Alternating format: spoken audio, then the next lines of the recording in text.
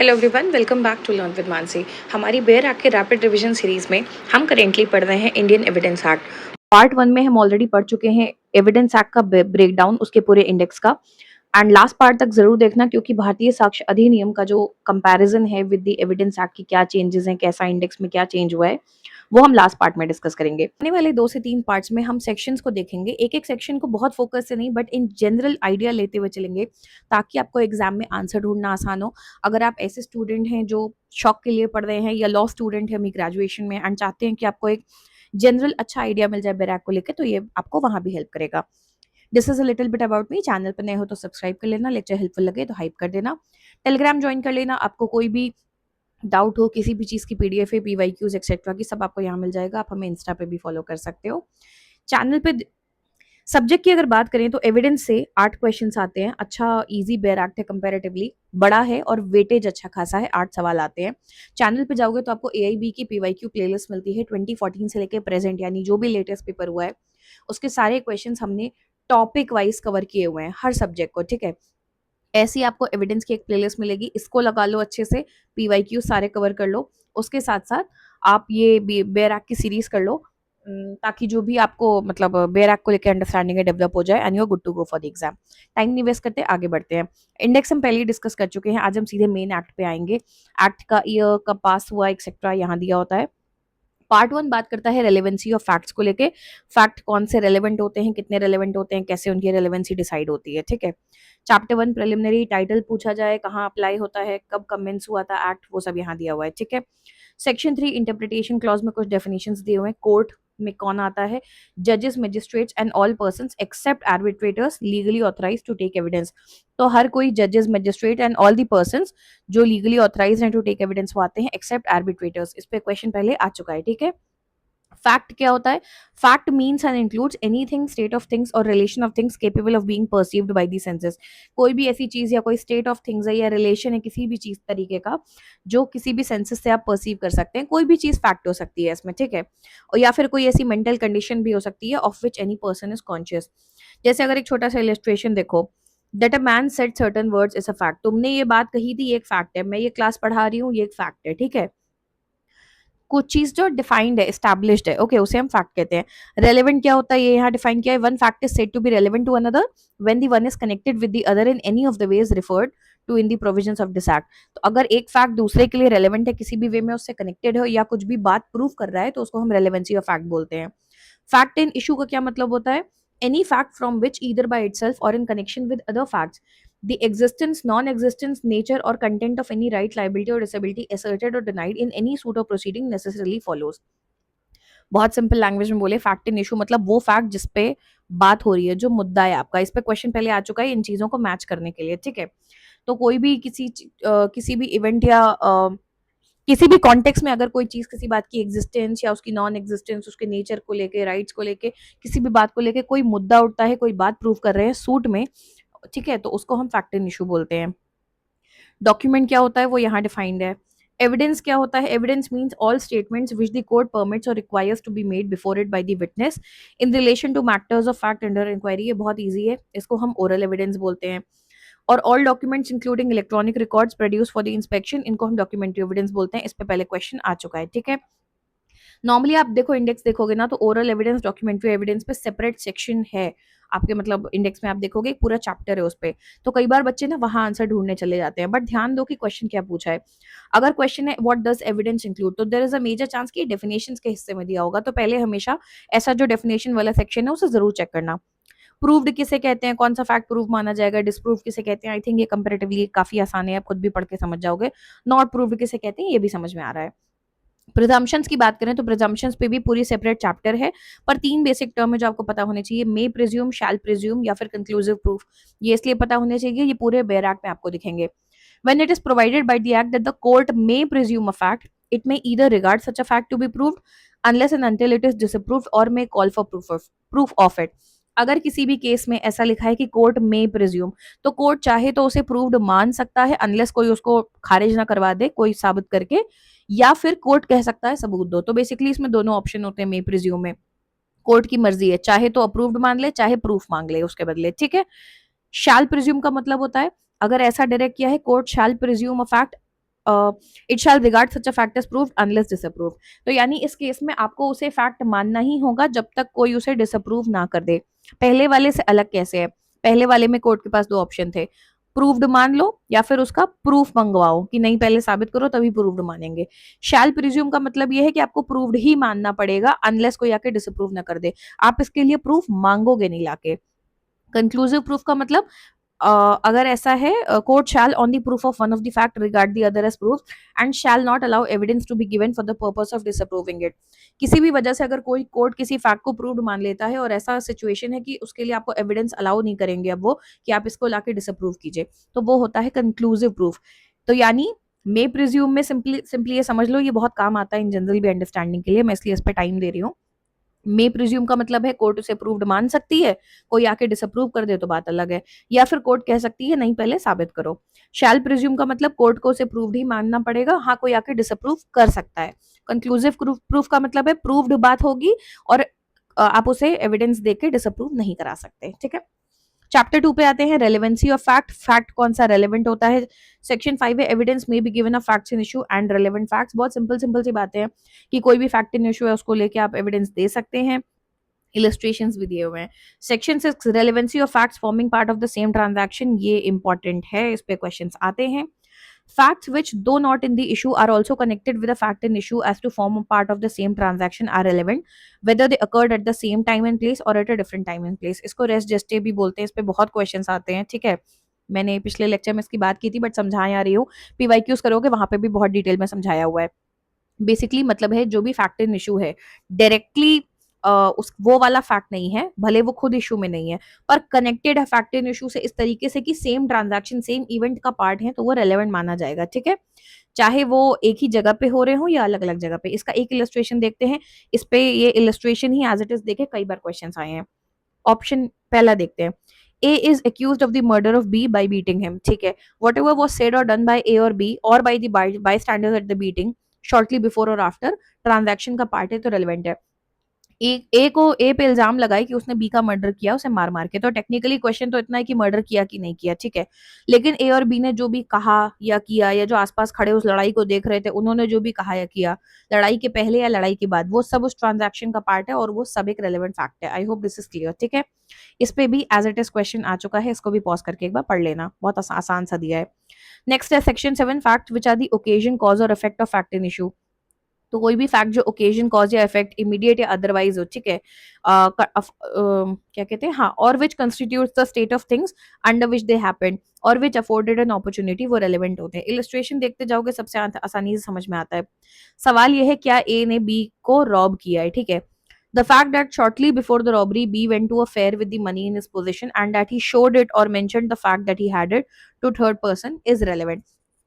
सवाल ये उठा है कि क्या ए ने बी को लूटा है, पर ये बात कि बी इससे पहले एक फेयर में गया था, उसके पास पैसे थे, उसने लोगों को दिखाए भी थे और लोगों को बताया था उसके पास पैसे हैं, तीसरे लोग को भी बताया था, ये बात रेलेवेंट है। ठीक है, आगे बढ़ते हैं। Section 8, motive, preparation and previous or subsequent conduct. Any fact is relevant which shows or constitutes a motive of preparation. कोई भी चीज जो आपके मोटिव यानी आपकी क्या नीयत थी, क्यों आप वो काम कर रहे थे, आपकी तैयारी उस काम को करने की, इस बात को प्रूव करता है, वो फैक्ट रेलेवेंट है। यहाँ word conduct does not include statement unless क्या कंडीशंस दी हैं, ध्यान से पढ़ना। ठीक है, छोटा सा इलस्ट्रेशन देते हैं। A is tried for the murder of B. A पे चार्ज चल रहा है कि उसने बी का मर्डर किया है। The fact that A murdered C, that B knew that A had murdered C and that B had tried to extort money from A by threatening to make this knowledge public are relevant। A पे इल्जाम है कि उसने B का murder करने की कोशिश की है, ट्राइड लिखा है, सॉरी, हाँ, A is tried for the murder of B, I am sorry, A is tried for the murder of B, यानी ए पे केस चल रहा है मर्डर ऑफ बी के लिए। द फैक्ट दैट कि ए ने सी का मर्डर किया था, बी को ये बात पता थी और बी जो है इस बात पे उससे पैसे ऐंठ रहा था, उसे धमका के कि मैं सबको बता दूंगा कि तुमने सी का मर्डर किया है, ये बात रेलेवेंट है क्योंकि ये कंडक्ट के बारे में बता रहा है ना कि भाई कोई मुझे धमका रहा है तो देयर इज अ पॉसिबिलिटी ना कि मैंने उसका मर्डर करने की कोशिश की हो। ठीक है, तो ये चीज इंपॉर्टेंट हो जाती है। बहुत सारे इलस्ट्रेशंस दिए हैं, इलस्ट्रेशंस को जरूर देखना। आपको क्वेश्चन में पहचानना आना चाहिए कि क्वेश्चन कंडक्ट या मोटिव प्रिपरेशन से जुड़ा हुआ है। फिर आप आके इंडेक्स में इलस्ट्रेशंस चेक करोगे ना, मोस्टली वो डायरेक्ट वर्ड ऑन वर्ड इससे क्वेश्चन डायरेक्टली दे देते हैं। ठीक है, section 9, facts necessary to explain और इंट्रोड्यूस रेलेवेंट फैक्ट। कोई भी फैक्ट जो नेसेसरी है किसी रेलेवेंट फैक्ट एंड इशू को एक्सप्लेन करने के लिए या उसको इंट्रोड्यूस करने के लिए, वो रेलेवेंट माना जाता है। ठीक है, बहुत सारे इलस्ट्रेशंस दिए, जरूर देखना। Section 10, things said or done by conspirator in reference to common design where there is a reasonable ground to believe. Reasonable ground होना चाहिए believe करने के लिए that two or more persons have conspired together to commit an offense or an actionable wrong, कि दो या दो से ज्यादा लोगों ने conspiracy की है एक offense को commit करने के लिए या कोई actionable wrong करने के लिए. तो anything said, done or written by any one of such person ऐसे common intention के context में after the time when such intention was first entertained by any one of them is relevant. ठीक है, तो बेसिकली दो या दो से ज्यादा लोग अगर कॉन्स्पिरेसी कर रहे हैं कोई भी ऑफेंस करने के लिए, तो कोई भी चीज जो उनमें से किसी ने भी कही हो, करी हो, लिखी हो, उस कॉमन इंटेंशन से रिलेटेड एक बार वो इंटेंशन उनके आपस में डिस्कस हो चुका है तो वो रेलेवेंट माना जाता है. ठीक है, इसके आगे कंडीशंस भी होती है, उन्हें जरूर देखना. इसका भी इलस्ट्रेशन यहाँ दिया है, ये illustration as it is PYQ में आया था, मैंने वहां समझाया भी है डिटेल में. Section 11, when facts not otherwise relevant become relevant. कोई भी फैक्ट जो अदरवाइज रेलेवेंट नहीं है, रेलेवेंट कब बन जाता है? if they are inconsistent with any fact in issue or relevant fact, या फिर if by themselves or in connection with other facts they make the existence or non-existence of any fact in issue or relevant fact highly probable or improbable. ठीक है, तो ऐसे cases में कोई fact जो normally शायद इरेलेवेंट था वो रेलेवेंट बन जाता है. ओके, नेक्स्ट देखते हैं section 12, institutes for damages. Facts tending to enable court to determine amount are relevant, ये मैं पीछे समझा चुकी हूँ. Section 13, facts relevant when right और कस्टम इन क्वेश्चन. अगर कोई भी राइट्स को लेकर सवाल है या कोई भी कस्टम को लेकर सवाल है तो कौन से फैक्ट्स रेलेवेंट होंगे. एक एक को इतना डेप्थ में नहीं जा रहे, अब हम इलस्ट्रेशन भी दिया है. Section 14, facts showing existence of state of mind और बॉडी और बॉडीली फीलिंग, वो भी रेलेवेंट होते हैं, उसमें एक्सप्लेनेशंस भी दिए हुए हैं, इलस्ट्रेशंस भी दिए हैं. ठीक है, इनको जरूर देखना, बहुत सारे इलस्ट्रेशंस दिए हैं. Section 15, fact bearing on question whether act was accidental और intentional. when there is a question whether an act was accidental या intentional, गलती से हुआ था या जान के, or done with particular knowledge or intention, the fact that such act form part of a series of similar occurrences in each of which the person doing the act was concerned is relevant. अगर वो act एक series of similar occurrences का part बनता है जहां पे in each of which the person doing the act was concern, तो वो रेलेवेंट हो जाता है. इसका एक इलस्ट्रेशन देखते हैं. A is accused of burning down his house in order to obtain money, insurance का पैसा. ठीक है, तो ए पे इल्जाम लगाया कि उसने खुद का घर जला दिया ताकि इंश्योरेंस का पैसा मिल जाए. The fact that A lived in several houses successively, जो इंश्योर्ड थे, ठीक है, सब में आग लगी थी और हर बार आग लगने पे उसको अलग अलग इंश्योरेंस कंपनी से पैसा मिलता था. ये बात रेलेवेंट है क्योंकि ये दिखा रहा है कि ये आग एक्सीडेंटल नहीं होगी. भाई 10 घरों में रहे हो, 10 घरों में आग लगी, सब जगह इंश्योरेंस का पैसा मिल रहा है, यानी कुछ तो तुम गड़बड़ कर रहे हो. ठीक है, तो ये रेलेवेंट है. Section 16, existence of course of business when relevant. when there is a question whether a particular act was done, the existence of any course of business according to which it would have been done, वो relevant होगा.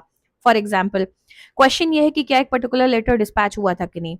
The fact that it was the ordinary course of business for all letters to be put in a certain place to be carried to the post and that letter was put in that place is relevant. अगर एक नियम है उस office में, मान लो कि सारे letter यहाँ पे रखे जाएंगे और ये सारे लेटर रोज पोस्ट किए जाते हैं, तो वो सर्टेन लेटर जिसकी यहाँ बात हो रही है वो उस बंडल में रखा गया था, तो ये माना जाएगा कि हाँ वो रेलेवेंट है, वो पोस्ट गया था. ठीक है, अब हम आते हैं एडमिशन पे. ठीक है, एडमिशन क्या होता है ये डिफाइन किया है सेक्शन 17 में. An admission is a statement, oral भी हो सकता है, डॉक्यूमेंट्री भी हो सकता है, कंटेन्ड इन इलेक्ट्रॉनिक फॉर्म. ठीक है, स्टेटमेंट है किसी भी फॉर्म में, ओरल या डॉक्यूमेंट्री या इलेक्ट्रॉनिक फॉर्म में, which suggests any inference as to any fact in issue or relevant fact and which is made by any of the person and under the circumstances hereinafter mentioned. आगे जो भी circumstances mentioned है further sections में, इन circumstances में अगर किसी ने कोई statement दी है, चाहे oral हो, documentary हो, electronic form में हो, जो कोई भी inference suggest करती है जो भी मुद्दा है उससे related and which is made by any of the person, ठीक है, तो वो admission होता है. यहीं पे समझा दे रही हूँ, एडमिशन और कन्फेशन में फर्क है. एडमिशन कोई भी ऐसी बात हो सकती है जो एक इन्फेरेंस ड्रॉ करती है रेलेवेंट फैक्ट को लेके, ठीक है, by any of the persons under any circumstances जो आगे दिए हैं. कन्फेशन होता है कबूल करना, कि आपने कन्फेस कर लिया कि ये चीज हुई है या मुझे ये बात पता है या मैंने ऐसा किया है. ठीक है, section 18, admission by party to proceeding or its agent. अगर कोई statement made by a party to the proceeding or by an agent to such a party whom the court regards under the circumstances of the case as expressly or impliedly authorized by him to make them are admission. अगर तुम्हारे behalf पे तुम्हारा agent कोई statement देता है जिसको तुम expressly या impliedly authorize कर रहे हो कि वो तुम्हारे behalf पे स्टेटमेंट दे सकता है, तो उसकी कहीं बात भी एडमिशन मानी जाती है. By suitor in representative character, it is not an admission. Unless they were made while the party making them held that character. ये इंपॉर्टेंट है, इस पे पीवाईक्यू आ चुका है, ठीक है। Statement made bye party interested in subject matter by person home interest is derived, ठीक है। किस केस में एडमिशन है, क्या है, इन कंडीशंस को ध्यान में रखना। Section 19 admission by person whose position must be proved as against party to suit. Statement made by person whose position और लायबिलिटी जरूरी है प्रूव करना अगेंस्ट द पार्टी, ठीक है, तो वो एडमिशन माने जाते हैं अगर ऐसा स्टेटमेंट रेलेवेंट है, ठीक है। इलस्ट्रेशंस भी दिए हुए हैं। Section 20 admission by person expressly referred, अगर किसी को एक्सप्रेसली केस में रिफर्ड किया गया है डिस्प्यूट में तो उसकी कहीं बात भी क्या कहते हैं एडमिशन होगी। For example the question is whether a horse sold by A to B is sound, तो ए ने बी से कहा जा जाके सी से पूछ ले, ठीक है, तो सी से क्योंकि उसका नाम उठाया गया है इस आर्ग्यूमेंट में तो वो एक एडमिशन होगा, ठीक है। Section 21 proof of admissions against person making them and by or on their behalf, admissions are relevant and may be proved against the person जो make कर रहा है, जो वो statement दे रहा है उसके खिलाफ भी prove किया जा सकता है, may be proved, ठीक है। but they cannot be proved by or on behalf of the person who makes them or by his representative in interest, but जो खुद दे रहा है वो खुद नहीं prove देगा, ठीक है, except in following cases, किन cases में ये चीज बात सच नहीं है। An admission may be proved on or on behalf of the person making it when it is of such nature that if the person making it were dead it would be relevant as between third persons under section 32, ठीक है। तो अगर dying declaration है तो उस case में ऐसा होगा, सेक्शन 32 आगे आएगा। सेकेंड है an admission may be proved by or on behalf of the person making it when it consists of a statement of the existence of any state of mind, body or relevant in issue made at or about the time when such state of mind or body existed and is accompanied by the conduct, ठीक है। Third है an admission may be proved by or on behalf of the person making it if it is relevant otherwise than as an admission। illustrations भी आगे दिए हुए हैं, जरूर देखना, ठीक है। सेक्शन 22 देखें when oral admissions as to contents of documents are relevant, normally oral admission document को लेके relevant नहीं होते हैं unless and until party proposing to prove them shows that he is entitled to give secondary evidence, ठीक है, या फिर उसकी जेन्युइननेस को, डॉक्यूमेंट की जो जेन्युइननेस है वही क्वेश्चन में है। 22A में बात हो रही है when oral admission as to content of electronic forms are relevant, ये भी बता दिया इन्होंने। एडमिशन सिविल केस में कब रेलेवेंट होता है ये बता दिया। सेक्शन 24 से स्टार्ट होता है confession, as I told you earlier, pencil से अपने बैराक पे साइड में लिख लो, इंडेक्स में भी, ताकि आपको कन्फेशन याद रहे कहाँ पे है। सेक्शन 24 अगर कोई भी कन्फेशन इंड्यूसमेंट थ्रेट या प्रॉमिस के बेसिस पे हुआ है तो वो इरेलेवेंट है, कब, क्रिमिनल प्रोसीडिंग में, ये बताया है, ठीक है। सेक्शन 25 वेरी इंपॉर्टेंट, कन्फेशन अगर पुलिस ऑफिसर के सामने किया गया तो वो प्रूव नहीं किया जाता, उसकी एडमिसिबिलिटी नहीं होती है। 26 कहता है confession by accused while in custody of police not to be proved against him unless it is made in the presence of a magistrate, ठीक है। तो ये बात बहुत जरूरी है, आपको याद रखना, इस पे बहुत ज्यादा क्वेश्चंस आते हैं, very very important. Police custody में कन्फेशन दिया गया है, नॉट रेलेवेंट अनलेस वहां पे immediate presence of a magistrate थी, ठीक है। और इस सेक्शन में मजिस्ट्रेट में कौन इंक्लूडेड नहीं है, हेड ऑफ अ विलेज जो मजिस्ट्रेट जैसा काम कर रहा है, ठीक है। 27 how much of information received from accuse may be proved, तो बेसिकली क्या होता है, मान लो कहीं पे चोरी हुई है और आपने बता दिया कि हमने चोरी की थी और हमने जेवर जाके उस वाली अलमारी में वहां छुपाए थे, तो इतना पार्ट तो प्रूव हो सकता है। नॉर्मली तो कन्फेशन है, नहीं प्रूव किया जा सकता, आपने पुलिस को बताया, पर मान लो पुलिस वहां जाए और उस अलमारी में वो जेवर ढूंढ ले, तो उतना पार्ट क्योंकि प्रूव हो सकता है तो वो चीज प्रूव की जा सकती है, ठीक है। 28 confession made after removal of impression caused by inducement threat और प्रॉमिस रेलेवेंट, ये हटाने के बाद अगर कन्फेशन हो रहा है वो रेलेवेंट होगा। 29 confession otherwise relevant not to become irrelevant because of promise of secrecy, अगर कोई कन्फेशन वैसे तो रेलेवेंट है वो इररेलेवेंट नहीं बन जाएगा सिर्फ इसलिए because it was made under a promise of secrecy की, या आपको डिसीव करके या ड्रिंक किए हुए थे उस समय बोल दिया, या सवाल लगातार पूछता गया कोई और आपने कन्फेस कर दिया। आप अपने मान लो दोस्त से मिलने गए और दोस्त ने आपको बातों बातों में उगलवा लिया और वहां पे अब कोई ऐसा था जो उस चीज को रिकॉर्ड कर रहा है या कुछ कर रहा है, तो आप ये नहीं कह सकते कि मुझे नहीं पता था, कोई और भी हमारी बात सुन रहा है या मेरे दोस्त ने धोखा दिया, ऐसा नहीं, वो कन्फेशन माना जाता है, ठीक है। 30 consideration of proved confession affecting person making it and others jointly under trial of same offence, ठीक है। तो अगर एक बंदे ने कन्फेस किया है, सेम मुद्दे पे ट्रायल चल रहा है, तो बाकियों में भी उसको कंसिडर किया जा सकता है, ठीक है। नेक्स्ट देखते हैं 31 admission not conclusive proof but में स्टॉप, कंक्लूसिव प्रूफ क्या होता है, हमने शुरू में सुना था ना, मे presume, shell presume and conclusive proof, ठीक है।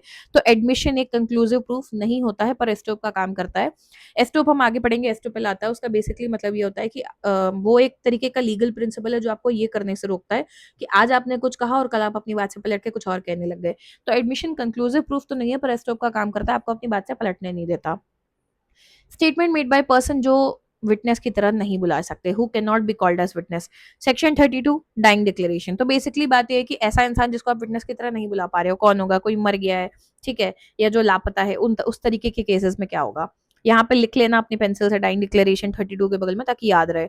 कोई भी स्टेटमेंट रिटन है, वर्बल है, रेलेवेंट फैक्ट को लेके किसी ऐसे इंसान ने दिया था जो मर गया है, या who can not be found, ठीक है, या इनकेपेबल एविडेंस देने की, या अटेंडेंस नहीं मिल सकती उसकी बिना बहुत डिले किया, बिना बहुत एक्सपेंस के, तो उस केसेस में क्या क्या कैसे वर्क करता है स्टेटमेंट। अगर कॉज ऑफ डेथ से रिलेटेड है तो उसके circumstances of death, cause of death से रिलेटेड है तो वो रेलेवेंट होगा। Whether the person who made them was or was not at the time they were made under the expectation of death. इसका मतलब ये है उसे हो सकता है खुद लग रहा हो कि मैं मरने वाला हूँ, क्या पता लग रहा था, कुछ भी वजह है और उस वजह से उसने कन्फेस कर दिया, कुछ कुछ बताया, कोई स्टेटमेंट दी, तो वो रेलेवेंट होगी। इट डज नॉट मैटर वो तुरंत मरा कि नहीं मरा, ठीक है। कोर्स ऑफ बिजनेस में किया गया, अगर इंटरेस्ट ऑफ मेकर में किया गया, ओके, और भी कंडीशंस दिए हैं, और gives opinion as to public right और कस्टम, एग्जिस्टेंस ऑफ रिलेशनशिप को लेके, वसीयत में बोल के गए हैं, ठीक है, फैमिली अफेयर्स को लेके, तो ये सारी कंडीशंस वैलिड होती हैं, ठीक है। इसके इलस्ट्रेशंस भी बहुत है, इलस्ट्रेशन पे कई बार डायरेक्ट क्वेश्चन आते हैं। 33 relevancy of certain evidence for proving in subsequent proceeding the truth of facts therein stated. Evidence given by a witness in a judicial proceeding or before any person authorized by law to take it is relevant for the purpose of proving in a subsequent judicial proceeding, या or in the later stage same proceeding में the truth of fact which it states when the witness is dead or cannot be found। मान लो किसी ने कोई judicial proceeding में कोई बात करी और प्रॉपर ऑथराइजेशन किस तरह करी तो रेलेवेंट होगी। कोई भी बात आगे उठती है अगली किसी प्रोसीडिंग में या सेम प्रोसीडिंग में, मान लो वो इंसान बाद में मर गया या कुछ लापता हो गया, तो उसकी वो स्टेटमेंट रेलेवेंट मानी जाएगी, ठीक है, प्रोवाइडेड प्रोसीडिंग सेम पार्टीज के बीच में है और question in issue substantially same है, ठीक है। नेक्स्ट है statement made under special circumstances. तो ये इसमें हम बहुत डिटेल में जाएंगे, इसमें बहुत क्वेश्चन नहीं आते हैं, बट आपको हेडिंग्स पता होनी चाहिए कि स्पेशल सर्कमस्टांसेस में अगर स्टेटमेंट है, कब कब अकाउंट्स की बुक्स की रेलेवेंसी होती है, ठीक है, पब्लिक रिकॉर्ड में कुछ दिया है ड्यूटी परफॉर्म करते हुए रिकॉर्ड किया है, उसकी रेलेवेंस कब होगी, मैप्स चार्ट्स और प्लान्स की रेलेवेंस कब होगी, ठीक है, और statement as to fact of public nature content in acts and notifications, जो गवर्नमेंट एक्ट बनाती है उनकी रेलेवेंस, लॉ बुक्स में कुछ लिखा है उसकी रेलेवेंस, तो ये आपको पता होना चाहिए। How much of a statement is to be proved, कितना स्टेटमेंट प्रूव करने की जरूरत होती है। 39 में बात होती है what evidence to be given when statement forms part of a conversation, document, electronic record book और सीरीज ऑफ लेटर और पेपर। अगर एविडेंस इनमें से किसी का भी पार्ट बन के आ रहा है, ठीक है, forms part of a longer statement, किसी कॉन्वर्सेशन का पार्ट है, ठीक है, या फिर किसी डॉक्यूमेंट का पार्ट है, किसी किताब का पार्ट है, तो उस केस में क्या होगा ये बात की जा रही है, ठीक है। Judgment of courts of justice when relevant, court के जजमेंट्स जो है उनसे रिलेटेड, previous judgment relevant to bar second suit or trial, अगर पहले ही एक हो चुका है judgment, the existence of any judgment order or decree which by law prevents any court from taking cognizance of a suit or holding a trial, ठीक है, जो लॉ के थ्रू प्रिवेंट कर रहा है किसी भी कोर्ट को दोबारा उस मुद्दे पे कॉग्निजेंस लेने का या ट्रायल करने का, तो वो रेलेवेंट होगा। Relevancy of certain judgments in probate jurisdiction, ये भी है। एंड नेक्स्ट है relevancy and effect of judgments order और डिक्रीज अदर दैन जो ऊपर 41 में मेंशन्ड है, ये पढ़ लेना एक बार, ठीक है, इलस्ट्रेशंस भी दिए हुए हैं। 43 में judgments etcetera other than those mentioned above, वो रेलेवेंट होते हैं, ठीक है, इलस्ट्रेशंस भी दिए हैं।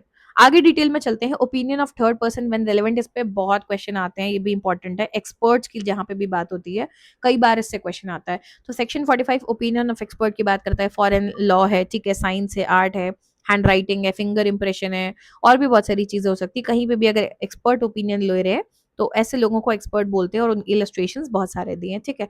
तो इनके ओपिनियन कब रेलेवेंट होते हैं इसी बारे में बात की गई है इलेक्ट्रॉनिक एविडेंस के केस में। Facts bearing upon opinions of expert, ठीक है, हैंड राइटिंग को लेके क्या बात होगी, और भी बहुत सारी कंडीशंस दी हैं, कस्टम्स और राइट्स को लेके, डिजिटल सिग्नेचर को लेके, ओपिनियन ऑन रिलेशनशिप कब कब रेलेवेंट होगा। इनको डिटेल में हम नहीं जा रहे, आप इनको आराम से जैसा भी एग्जाम में आता है उस हिसाब से देख लेना। ग्राउंड्स ऑफ ओपिनियन कब रेलेवेंट होते हैं, इंसान का कैरेक्टर कब रेलेवेंट होता है, वो बात की है कि सिविल केसेस में character to prove conduct imputed irrelevant. In civil cases the fact that the character of any person concerned is such as to render probable or improbable any conduct imputed to him is irrelevant except in so far as such character appears from facts otherwise relevant। Mostly civil cases में किसी इंसान का character उतना relevant नहीं है हमारे लिए, except अगर character appears as part of the issue, ठीक है। क्रिमिनल केसेस में प्रीवियस गुड कैरेक्टर रेलेवेंट है। मान लो किसी ने पहली बार चोरी की, क्रिमिनल केस है, कुछ है, और आपको पता चलता है बहुत अच्छा इंसान था, बहुत दयालु है, बहुत हेल्पफुल है, आज इसकी कुछ मजबूरी हो गई, शायद इसलिए कुछ किया वाला, तो उसकी सज़ा कम हो सकती है या बहुत सारी चीज़ों में मैटर कर जाता है, तो आपका प्रीवियस गुड कैरेक्टर रेलेवेंट होता है, ठीक है? फिर 54 में previous bad character is not relevant accept in reply. Criminal proceeding में द फैक्ट दैट पहले इंसान का कैरेक्टर खराब था ये इरेलीवेंट होता है unless evidence has been given that he has a good character in which it becomes relevant, ठीक है? कैरेक्टर एज अफेक्टिंग डैमेजेस की भी बात यहीं पे की। तो we are done with section 1 to 55। 56 से हम आगे फर्दर लेक्चर्स में कंटिन्यू करेंगे। मेरा इस सीरीज का इंटेंशन, जैसे मैंने आपसे पहले भी कहा था, आपको एक एक सेक्शन बहुत डिटेल में समझाना नहीं है, वो प्रॉपर थ्योरी लेक्चर्स का पार्ट है जो हम जल्दी करेंगे। इस सीरीज का इंटेंशन है आपको जल्दी से बेयर एक्ट के थ्रू गो थ्रू करवाना। अगर आप पहली बार पढ़ रहे हैं बेयर एक्ट को और एग्जाम देने जा रहे हैं, आप चाहते हैं आपको एक आइडिया लग जाए, या जस्ट आपको लॉ पढ़ने का शौक है, या आपका एआईबी के एग्जाम के कॉन्टेक्स्ट में अगर हम बात करें, तो आपको बेयर एक्ट में आंसर ढूंढना आना चाहिए। आपको एक एक लाइन तुरंत पता होने की जरूरत नहीं है आपका, क्योंकि एक महीने में एग्जाम है, बट इट्स वेरी इंपॉर्टेंट कि आपको आइडिया हो बेयर एक्ट में कहाँ पे क्या दिया हुआ है। So for that purpose this series will be very helpful to you. PYQs कर लो, ये सीरीज कर लो, and you will be good to go for the exam. Stay tuned, keep watching. Bye bye.